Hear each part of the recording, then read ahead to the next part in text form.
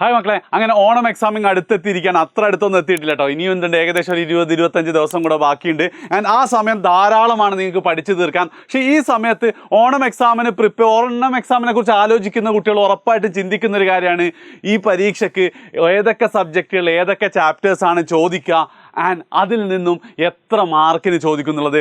ആ ഒരു വീഡിയോ ആണ് ഈ വീഡിയോ എന്ന് പറയുന്നത്. മുഴുവൻ നിങ്ങൾ പഠിക്കുന്ന എല്ലാ സബ്ജക്റ്റിലും എന്തുണ്ട്, നിങ്ങൾക്ക് ഏതൊക്കെ ചാപ്റ്റേഴ്സാണ് വരുമെന്നും അതിൽ ഏകദേശം എത്ര മാർക്കിന് വരും എന്നുള്ളത് എന്ത് ചെയ്തിട്ട് ഈ വീഡിയോ പറയുന്നുണ്ട്. അവസാനം വരെ നിങ്ങൾ കാണാം. വീഡിയോ ഇപ്പം തന്നെ എന്താ കാണുന്നതിന് മുമ്പ് തന്നെ എന്ത് ചെയ്തോ, ഫ്രണ്ട്സിനൊക്കെ ഷെയർ ചെയ്തോളൂ. അപ്പോൾ എന്ത് ചെയ്യാം, നമുക്ക് തുടങ്ങാം അല്ലേ. തുടങ്ങുന്നതിന് മുമ്പ് ഒരു കാര്യം ഞാൻ ഏറ്റവും ആദ്യം തന്നെ പറയാം. നിങ്ങൾ SSLC കുട്ടികളെ സംബന്ധിച്ചിടത്തോളം നിങ്ങൾക്ക് ഓണപ്പരീക്ഷ എന്നല്ല, ക്രിസ്മസ് പരീക്ഷ, എന്തിന് SSLC പബ്ലിക് എക്സാമിന് പോലും എന്തില്ല, ഓരോ ചാപ്റ്ററിനുമായിട്ട് വെയിറ്റേജ് വെച്ചിട്ടുള്ള ഒരു ഒഫീഷ്യൽ ഡോക്യുമെൻ്റ് ഒന്നും ഇല്ല. മനസ്സിലായില്ല? അതായത് ചില സമയത്ത് ഇപ്പോൾ +2 ഓരോ ചാപ്റ്ററിനും എത്ര മാർക്കിനാണ് ചോദിക്കാമെന്ന് കൃത്യമായ ഒഫീഷ്യൽ വെയിറ്റേജും ഒഫീഷ്യൽ ഡോക്യുമെൻ്റ് ഉണ്ട്. പക്ഷേ SSLCക്ക് എന്താണ്, അങ്ങനെ ഒരു സംഭവം ഇല്ല. അപ്പോൾ സാർ ഈ വെയിറ്റേജ് എങ്ങനെയാണ് പറയുന്നത്? പക്ഷേ നമ്മൾ കഴിഞ്ഞ കുറേ വർഷത്തെ ക്വസ്റ്റ്യൻ പേപ്പർ എടുത്ത് നോക്കുമ്പോൾ ഏകദേശം എന്താണ്, ഒന്നാമത് അരിത്തമെറ്റിക് സീക്വൻസ് ഇത്ര മാർക്കിനെ വരാറുള്ളത് നമുക്ക് പറയാൻ പറ്റും. വളരെ ചെറിയ ഡിഫറൻസേ സാധാരണ ഉണ്ടാവാറുള്ളൂ. അതുകൊണ്ട് തന്നെ ഇതെന്താണ്, ഒരു ഏകദേശ സംഭവമാണ്. പക്ഷെ ഇത് തന്നെയാണ് മിക്കവാറും വരാനും സാധ്യതയുള്ളത്. അപ്പം ഞാൻ എന്താ ചെയ്തതെന്ന് വെച്ച് കഴിഞ്ഞാൽ, കഴിഞ്ഞ 2022-ലും 2023-ലും കഴിഞ്ഞ വർഷവും അതിൻ്റെ മുന്നേ വർഷവും ഓണപ്പരീക്ഷയുടെ ക്വസ്റ്റ്യൻ പേപ്പർ എടുത്ത് ഞങ്ങളുടെ ടീം എന്ത് ചെയ്തു, മുഴുവൻ ചോദ്യങ്ങളും ഇത് ഏത് പാടത്തുനിന്ന് മാർക്ക് ചെയ്തിട്ട് ഞങ്ങളൊരു വെയിറ്റേജ് ഉണ്ടാക്കിയാണ് വന്നത്. നിങ്ങൾക്ക് നോക്കിയാൽ മനസ്സിലാവും ഏകദേശം സെയിം ആയിട്ട് തന്നെ അത് വന്നിട്ടുണ്ട്. സോ ഇതായിരിക്കും നിങ്ങൾക്കുള്ള വെയിറ്റേജ്. ഓണപ്പരീക്ഷയുടെ മാത്സ് നിങ്ങൾ നോക്കുക, അരിത്തമെറ്റിക് സീക്വൻസ് സമാന്തര ശ്രേണികൾ എന്നുള്ള ഒന്നാമത്തെ പാഠത്തുനിന്ന് ഏറ്റവും കൂടുതൽ മാർക്ക് വന്നിട്ടുണ്ട്, 39 മാർക്ക്, ഓർ എറൗണ്ട് 40 മാർക്കിന് നിങ്ങൾക്ക് അത് ചോദിക്കാം.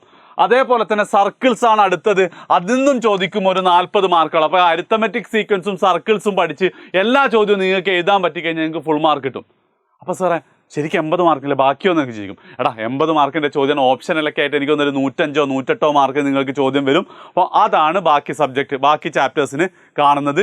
ആൻഡ് സെക്കൻഡ് ഡിഗ്രി ഇക്വേഷൻസും എന്തായാലും എന്ത് ചെയ്യും, പരീക്ഷയ്ക്ക് ചോദിക്കും. 2023 സാധാരണ ഒരു ചോദ്യമോ 2 ചോദ്യമോ വരുന്നത് 2023 കുറച്ചും കൂടെ കൂടിയിട്ടുണ്ട്. ഈ വർഷവും അങ്ങനെ തന്നെ ഉണ്ടാവുമെന്നാണ് ഞാൻ പ്രതീക്ഷിക്കുന്നത് മാത്സിൻ്റെ കേസിൽ. ഇനി ഞാൻ ഓരോന്നും എക്സ്പ്ലെയിൻ ചെയ്യുന്നില്ല. നിങ്ങൾ എന്ത് ചെയ്യുക, ജസ്റ്റ് സ്ക്രീൻഷോട്ട് എടുത്ത് വെക്കുക, അല്ലെ പോസ് ചെയ്തിട്ട് കണ്ടിട്ട് നോക്കി ആലോചിച്ച് പോകട്ടോ. ഫിസിക്സിൻ്റെ കേസ് ഇങ്ങനെയാണ് ട്രെൻഡ് വന്നിട്ടുള്ളത്. ഓൾമോസ്റ്റ് സെയിം ആണ്, 2 പാഠങ്ങളാണ് ഫിസിക്സിൽ വരുന്നത്. ഇനിയിപ്പോൾ കെമിസ്ട്രി ആണെങ്കിൽ 3 പാഠങ്ങളുണ്ട്. അതിൽ അവസാനത്തെ പാഠം എന്താണ്, വളരെ കുറച്ച് മാത്രമേ അതിൽ ചോദിക്കാറുള്ളൂ. ആദ്യത്തെ 2 പാഠങ്ങളാണ് ഇമ്പോർട്ടൻറ്റ്, ഓൾമോസ്റ്റ് ഈക്വൽ വെയിറ്റേജ് ആണ് ആദ്യത്തെ 2 പാഠങ്ങൾക്ക് വരുന്നത്. ഇനി ബയോളജി ആണെങ്കിലും ഇതേപോലെ തന്നെ ട്രെൻഡാണ്, ആദ്യത്തെ 2 പാഠങ്ങളാണ് ഇമ്പോർട്ടൻറ്റ്, പക്ഷേ മൂന്നാമത്തെ പാഠത്തുനിന്ന് അത്യാവശ്യം മാർക്ക് ചോദിക്കുന്നുണ്ട്. ഇനി ഹിസ്റ്ററി, ഇതാണ് സംഭവം. 1 2 3 4 പാഠങ്ങൾ ഹിസ്റ്ററിയിൽ നിന്നുണ്ടാവും.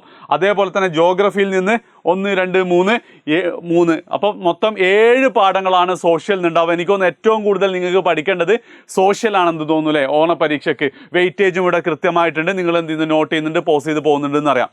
ഇനി നമ്മൾ എന്താണ് ലാംഗ്വേജസിലേക്ക് കടക്കുക. ലാംഗ്വേജസിലേക്ക് കടക്കുന്നതിന് മുമ്പ് ഒരു കാര്യം എനിക്ക് പറയാനുള്ളത്, നിങ്ങൾക്കറിയാം എന്ത്, ഈ പാഠത്തിൽ ലാംഗ്വേജസിൽ നിന്നും നിങ്ങൾക്ക് എഴുതാനുള്ള ഓരോ ചോദ്യോത്തരം ഒന്നല്ലല്ലേ സാധാരണ ചോദിക്കാറുള്ളത്. കത്ത് എഴുതാനായിരിക്കും, അല്ലെങ്കിൽ എന്താണ് ഡയറി ഉണ്ടാക്കാനായിരിക്കും, അങ്ങനെ എന്തെങ്കിലുമൊക്കെയാണ് ചോദിക്കുക. പക്ഷെ ആ ചോദിക്കുന്നത് ഈ പാഠങ്ങൾ ബേസ് ചെയ്തിട്ടായിരിക്കും എന്നുള്ള രീതിയിലാണ് എന്ത് ചെയ്തത്, നമ്മളിതിൻ്റെ വെയിറ്റേജ് ഇട്ടത് കേട്ടോ. ചിലപ്പം അഡ്വഞ്ചേഴ്സിൻ്റെ ബനിയൻ ട്രീന്ന് ചിലപ്പോൾ എന്തായിരിക്കും ഒരു കത്തോ ഡയറിയോ അങ്ങനെ എന്തെങ്കിലും ആയിരിക്കും നിങ്ങളോട് ചോദിക്കുന്നുണ്ടാവുക.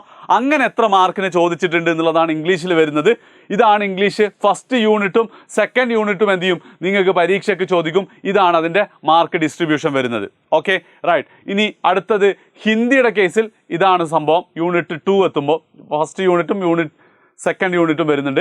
അതേപോലെ തന്നെ അടിസ്ഥാന പാഠാവലി, ഇത് മലയാളം പ്രാവിലക്കഞ്ഞി ഏതിലായിരുന്നു കേട്ടോ, മലയാളം സെക്കൻഡാണെന്നില്ല, എനിക്ക് ഓർമ്മയില്ല കേട്ടോ സത്യമായിട്ടും. അടിസ്ഥാന പാഠാവലിയിൽ നിന്ന് ഇത് വരും. കേരള പാഠാവലി ഇത് ഓപ്ഷനലാണ്. കേരള പാഠാവലിയിൽ നിന്നും 2 യൂണിറ്റിൽ നിന്നും 20 മാർക്കിനാണ് സാധാരണ ചോദിക്കുന്നത്. അറബിക്കിന് ഇങ്ങനെയാണ് വരുന്നത്. അതേപോലെ തന്നെ ഉറുദുവിന് ഇങ്ങനെയാണ്. ആൻഡ് നിങ്ങളിപ്പോൾ ചോദിക്കും സാറേ സംസ്കൃതമോ എന്ന് ചോദിക്കും. സംസ്കൃതത്തിൻ്റെ സാറോട് കുറേ ഞങ്ങൾ ചോദിച്ചു, സാറിൻ്റെ അടുത്ത് നിന്ന് ഡാറ്റ കിട്ടിയില്ല. സംസ്കൃതം വെച്ച് ബാക്കിയൊക്കെ ഉണ്ട്. അപ്പോൾ എന്താ, സംസ്കൃതം വേണമെന്നുള്ള ആൾക്കാർ ജസ്റ്റ് കമൻറ്റ് ചെയ്യുക. വീഡിയോ ഇഷ്ടപ്പെട്ട എന്താ നിങ്ങളുടെ അഭിപ്രായം എന്നുള്ളത് നിങ്ങൾക്കൊന്ന് കമൻറ്റ് ചെയ്യാവുന്നതാണ്. ഇതുപോലത്തെ യൂസ്ഫുൾ ആയിട്ടുള്ള വീഡിയോസ് ഇനിയും ഈ ചാനലിൽ വരും. നിങ്ങൾ ആകെ ചെയ്യേണ്ടത് മാക്സിമം എന്ത് ചെയ്യുക, നിങ്ങളുടെ ഫ്രണ്ട്സിന് ഈ ചാനൽ എത്തിക്കുക എന്നുള്ളത് മാത്രമാണ്. ഇപ്പം തന്നെ വീഡിയോസ് ഷെയർ ആയിക്കോട്ടെ. ശരി.